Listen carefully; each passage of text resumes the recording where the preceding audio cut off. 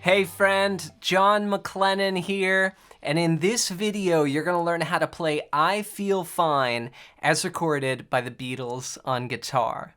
Now this song has a really cool riff all based around what I call the 1, 4, and 5 in the key of G. Just a couple chords and primarily just two main sections, and you can get playing the song just like the recording today. I'm going to break it down for you step by step.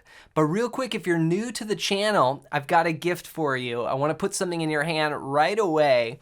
I put together this awesome fretboard guide that shows you the connection between the chords and the scales, and I just use 5 chords and 5 scales, and I map out the entire fretboard. This is such a useful system for understanding the guitar neck, and I put it all on one page, and I want to give it to you completely for free. All you got to do is go to johnmcclennan.com/fretboard guide, or you can click the first link down below and grab it right there as my gift to you. All right, well, hope you enjoy that, and with that said, let's break it down. All right, so the most memorable part, I think, from this song and the guitar part is the opening riff, and that sounds like this.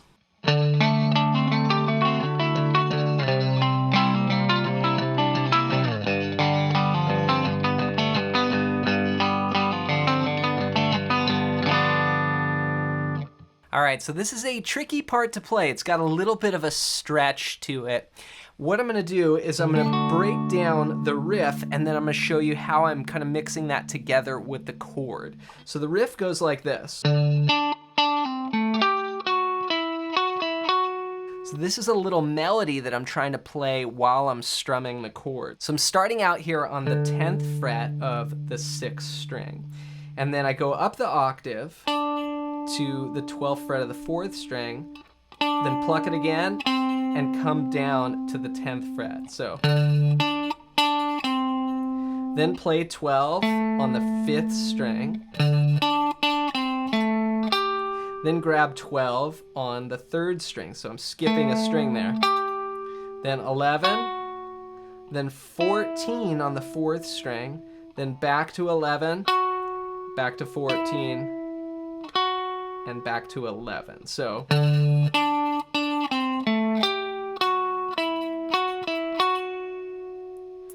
now that's the riff. You could hear if I just play it by itself.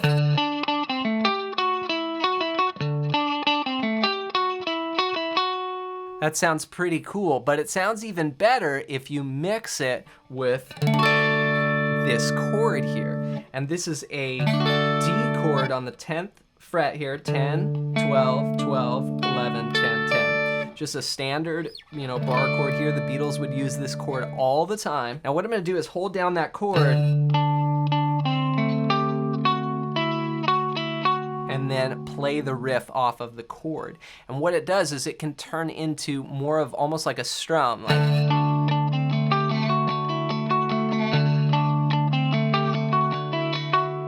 See how I'm just strumming the notes and then letting them ring out as much as I can to get a fuller sound. Then we're gonna drop it down 2 frets and play the same thing now based off the chord C. So we start on the chord D, then walk down to C, then we walk all the way down to G on the 3rd fret. Now this gets tricky here because, getting down this low on the neck, reaching up with that pinky is definitely a stretch. So it's okay if it's not perfectly clean. It can kind of be a little rough around the edges. It's rock and roll, It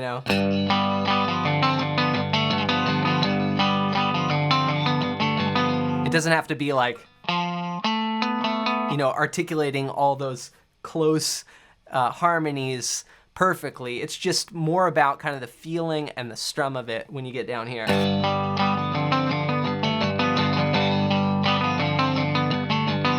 So if I put that together, I'm going to start on the D, go down to the C, and then down to the G. Now when I get to the G, I'm going to play that twice. So once on D, once on C, twice on G. Here's what that sounds like.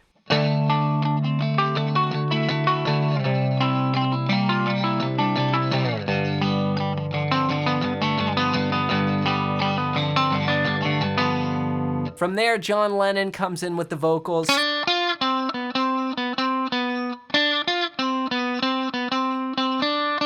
For the verse. And what I do is I use those same chords, so G, D, and C, but we're gonna start with the riff now 2 times on G, so.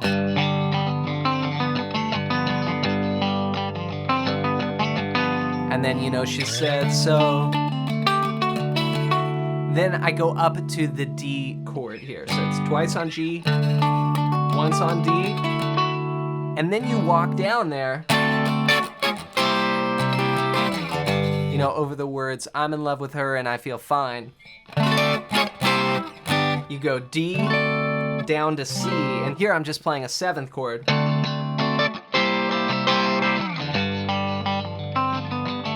Then I'm back to the riff there on G. So what I did was 1 and 2 and I'm syncopating and changing that chord, going to that C7 on the upbeat. So 1 and 2 and 3 and 4 and 1 and 2 and 3. Then we're back to the riff. Then it goes again. So this verse is actually a 5-bar phrase. So we've got 2 bars of G, then 1 bar of D, then a bar of D where you walk down, split with a bar of C, and then back to a full bar of G. So all of that sounds like this. Again, this is right where the vocals come in. 3, 4.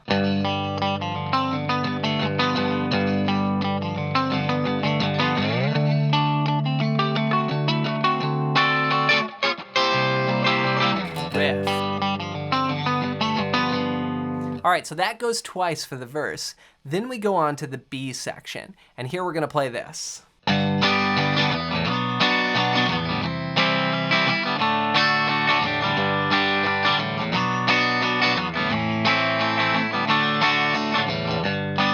we're back to the G chord for the verse, so you would go back to the riff there.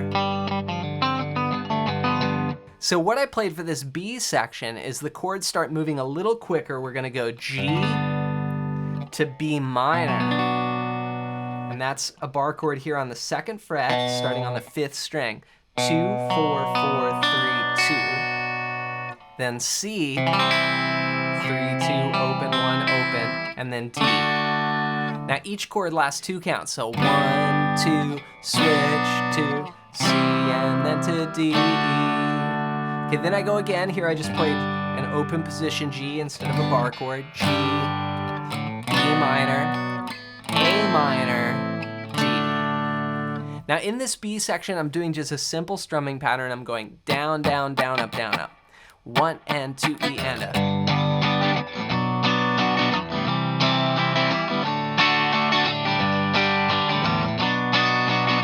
A minor, D, and then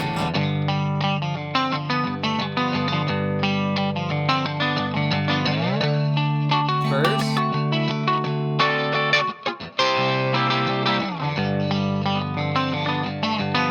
All right, then after this, we go to the guitar solo, and George comes in with this lead. He plays this.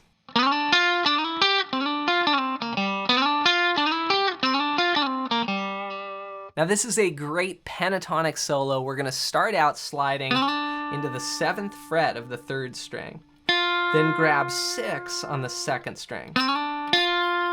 Then do the same thing, but up 2 frets. So slide into 9, grab 8, then bring it back down. So we've got this little sequence here. Then we finish with this 7, slide down to 5, then play 3, all on the 3rd string, and then finish on the note G there at the 5th fret of the 4th string. So.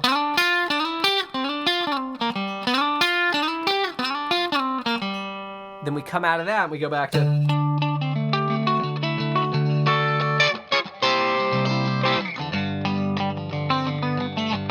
Back to the verse progression there. So what happens is the solo is essentially over the verse progression, but when we leave that, we go back to a reintro. So we go like.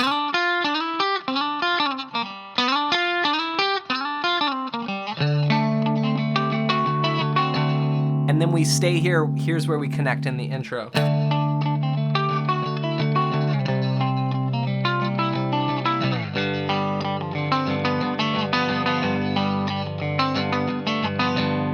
then we're back to the verse. Now when the tune ends, we just finish on that G, and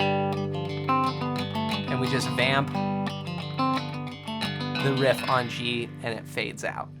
So take your time with those guitar parts. Remember that that riff and holding down the chord is definitely a stretch. So you've got to give your hand time to get used to that and just keep reaching. You know, you never want to force it. You just want to try and reach for it and then relax your hand. And over time, nature's actually going to reshape your hands.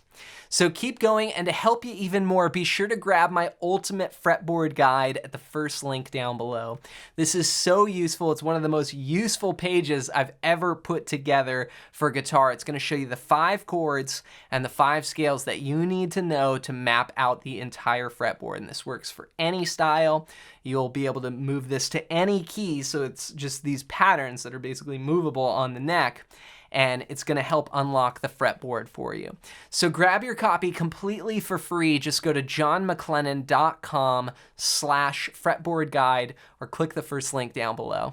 As always, thanks for watching. Thanks for listening. Hope you have an amazing day, and we'll see you in another video real soon.